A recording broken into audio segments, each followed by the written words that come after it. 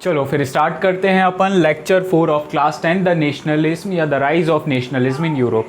आपको एक बात बहुत अच्छे से ध्यान में रखनी है, जो हम आपको कमेंट में क्वेश्चन पूछ रहे हैं उसको आप कैसे भी करके आप थोड़ा सा टाइम निकालिए, एक स्ट्रक्चर के साथ आप एक बार टेलीग्राम चैनल पे उसको भेजिए, ताकि हम आपको रिव्यू करके उससे रिलेटेड आपके डाउट सॉल्व कर सके और बता सके कि आपको किस जगह पे किस तरीके के इम्प्रूवमेंट की ज़रूरत है। तो स्टार्ट करते हैं अपन नेशनलिज्म इन यूरोप के 4th लेक्चर पे, बैटल ऑफ वाटरलू। बेटा लोगों, बैटल ऑफ वाटरलू तो याद करने का सिंपल सा याद रखो, वाटर मीन्स H2O, तो वाटरलू। क्लियर हुई ये बात? तो बैटल ऑफ वाटरलू कब फॉट हुआ था? 1815 में। देखो हमने इसके लास्ट लेक्चर में आपको बताया था कि कंजर्वेटिव या कंजर्वेटिज्म की आइडियोलॉजी वाले लोग अब लड़ने वाले हैं किससे? लिबरलिज्म की आइडियोलॉजी वाले लोगों से, और दोनों के बीच लड़ाई होनी 100% तय है। लिबरलिज्म के लीडर के रूप में कौन आया? नेपोलियन।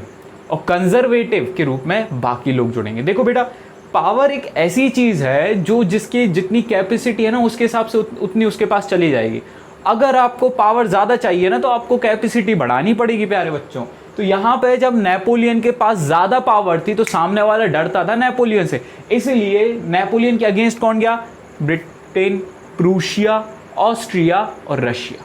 कौन सी 4 बड़ी power? Britain, Prussia, Russia and Austria. 4 big power, conservative power किसके अगेंस्ट जा चुकी है? नेपोलियन के, इन ईयर 1815। अब जब ऐसा हो रहा है तो ऑब्वियसली पावर अब शिफ्ट होगी नेपोलियन के हाथ से दूसरी पार्टी की तरफ। क्यों? क्योंकि they are more powerful, they have the higher capacity to hold the power.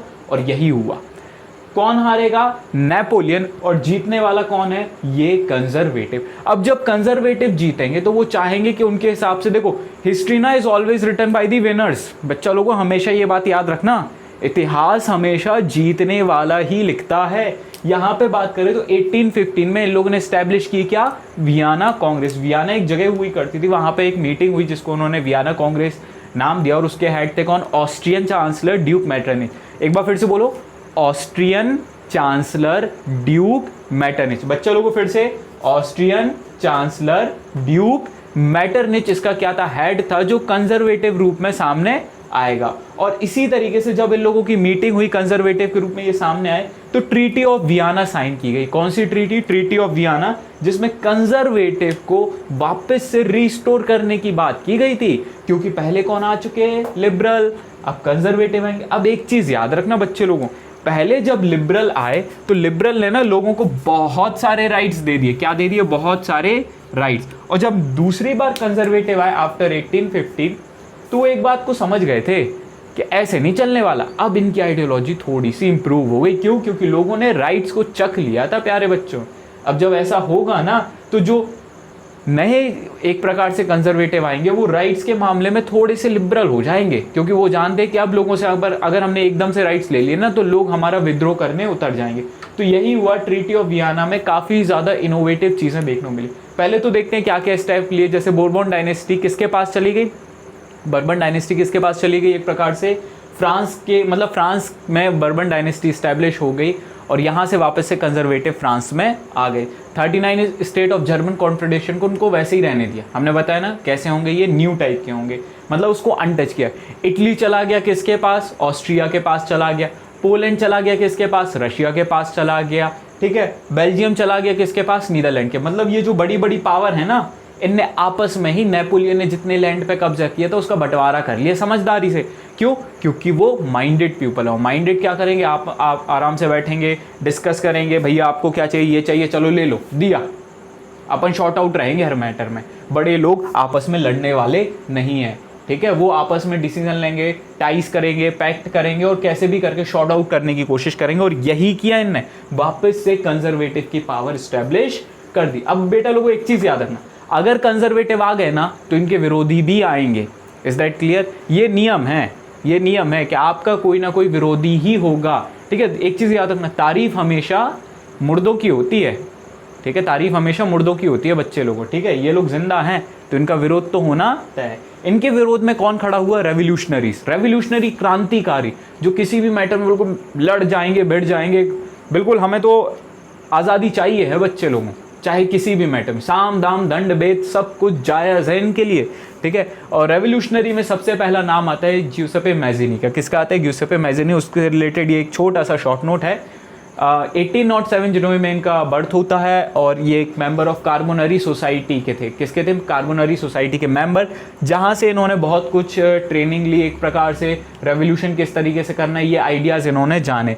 Exile ये 1831 में हो गए थे। एग्जाइल मतलब होता है देश निकाला। देश से ये कब निकाल दिए गए थे? 1831, जब ये रेवोल्यूशन कर रहे थे लिगुएरिया में, ठीक है। जब ये रेवोल्यूशन किया और ये पकड़े गए तो इनसे कहा कि बेटा आप जाइए, क्योंकि अगर आप रहेंगे ना तो हमारे लिए तो आप खतरा बन जाएंगे।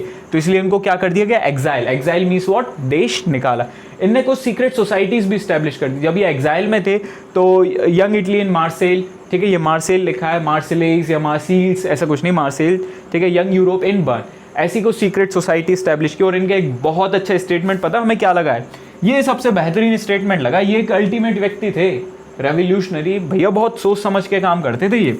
इनने कहा कि भैया नेशन जो है ना वो गॉड ने कहा है कि मतलब एक नेचुरल यूनिट ऑफ मैनकाइंड है। गॉड ने इस चीज को फोकस दिया है कि भैया नेशन जो है ना वो इंसान या इंसानियत के भले के लिए बनाया जाता है। Is that clear? वो उनका एक प्रकार से प्राकृतिक अधिकार है, वो कहीं जाने वाला नहीं है। लोग जब तक रहेंगे नेशन में रहेंगे और अपने राइट्स को फुल पोटेंशियल से एंजॉय करेंगे। अब जब ये कर रहे हैं ऐसा और खुद क्या है? रेवोल्यूशनरी, तो एक बात तो तय है, इनके विरोधी जो क्या है? कंजर्वेटिव, वो इस चीज का विरोध करेंगे। और कंजर्वेटिव कौन है? अब भी देखा अपन ने, ड्यूक मेटरनिच। फिर से बोलो बच्चे लोगों, ड्यूक मेटरनिच क्या है? देखो वियना कांग्रेस का हेड कौन था? ड्यूक मेटरनिच। और ड्यूक मेटरनिच किसको रिस्टोर कर रहा है? कंजर्वेटिव, मतलब वो खुद क्या है? कंजर्वेटिव। ड्यूक मेटरनिच एक बहुत खतरनाक टाइप का स्टेटमेंट दिया, the most dangerous enemy of our social order. चलो बच्चे लोगों एक क्वेश्चन लिख लो। सपोज करो आपके बोर्ड में एक क्वेश्चन आता है, analyse quote unquote the most dangerous enemy of our social order, 120 words. ये हम आपके कमेंट में भी इसको क्वेश्चन को दे देंगे, तो आपको ये आंसर टेलीग्राम ग्रुप पे हर हाल में भेजना है ताकि हम आपको रिव्यू दे सके। इज दैट क्लियर बच्चों? अभी से प्रैक्टिस करनी है अपन को daily 5 minute. Is that clear? और यही 5 मिनट ना जब बोर्ड आएंगे ना तब मजा आ जाएगा आपको। 75 प्लस स्कोर करने में 1% प्रॉब्लम नहीं जाएगी। तो क्वेश्चन क्या है? The most dangerous enemy of our social order. किसने कहा? मेटरनिच। किसको एनिमी कहा? मैज़िनी को। क्यों? क्योंकि ये क्या है? एक रेवोल्यूशनरी। कंजर्वेटिव डर गए किससे? रेवोल्यूशनरी से। सोशल ऑर्डर का मतलब क्या हुआ बच्चों? सोशल ऑर्डर का मतलब है कंजर्वेटिव किसके फेवर में होंगे बताइए जरा। कंजर्वेटिव वो लोग हैं जो वापस से किंग और क्वीन या डायनेस्टिक रूल चाहते हैं। ये लोग क्या है? कंजर्वेटिव। और अगर रेवोल्यूशनरी आते हैं तो ये लोग फोकस देंगे क्या? इलेक्शन वाले सिस्टम पे, राइट्स पे फोकस देंगे इंक्लूडिंग वुमेन। तो कहीं ना कहीं ये लोग डर गए कि भैया अगर सबको राइट मिल गए तो हमारा क्या होगा, हमारी तो इज्जत ही नहीं रहेगी भैया। इससे अच्छा इनको पहले ही घोषित कर दो कि ये मोस्ट डेंजरस एनिमी, क्या बता दिया इसको? Most dangerous enemy of our social order. तो ये आपका क्वेश्चन है, 120 वर्ड्स में आपको डील करना है। इंट्रोडक्शन रहना चाहिए, बॉडी रहना चाहिए, एंड आफ्टर दैट कंक्लूजन। तो this is your homework. Till then tata bye bye. और अगर कोई डाउट है तो आप टेलीग्राम ग्रुप पे डायरेक्टली आप हमसे पूछ सकते हैं। फॉलो अस ऑन इंस्टाग्राम, वहाँ पे आपको अपडेट मिलते रहेंगे। और साथ ही साथ कुछ टाइम बाद हम आपके लिए एक शॉर्ट नोट्स भी अपलोड कर देंगे। Thank you, have a nice day.